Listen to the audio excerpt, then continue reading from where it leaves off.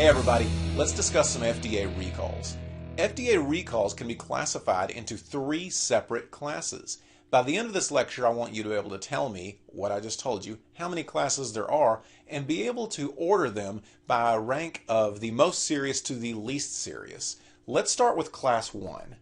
Class 1 is the most serious of all FDA recalls. This is a situation where individuals that continue to use it could actually face health problems or even death.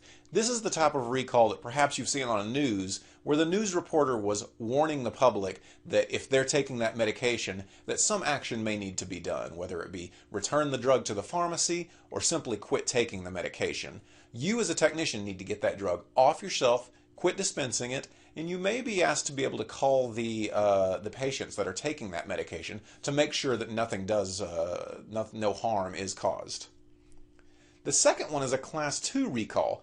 Now this is a little better than the Class 1 recall. It's the type of recall that could cause some health problems, but it all should be temporary. It should be something that an individual should be to get over. There's a much less chance of anything happening that's actually very serious. Nonetheless, get it off the shelf if asked to. We don't want it to become something that could be a little more chronic.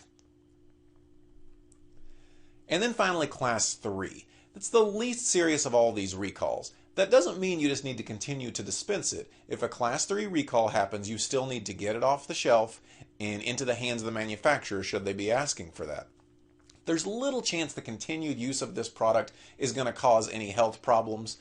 That being the case, you may not need to be calling the patients to let them know. What you might want to do is just pull the different medications that's on the shelf and be able to send them off. Now, each medication has something called a lot number and, of course, an expiration date, and many recalls will just be certain lot numbers. Maybe something happened bad with a certain batch. If that happens, they'll call the lot numbers that were made during that batch and just those. So you may get recall notices that tell you certain lot numbers. You'll look at the drugs, see if you have those lot numbers, and then see if it's necessary for you to be able to send it back to the manufacturer.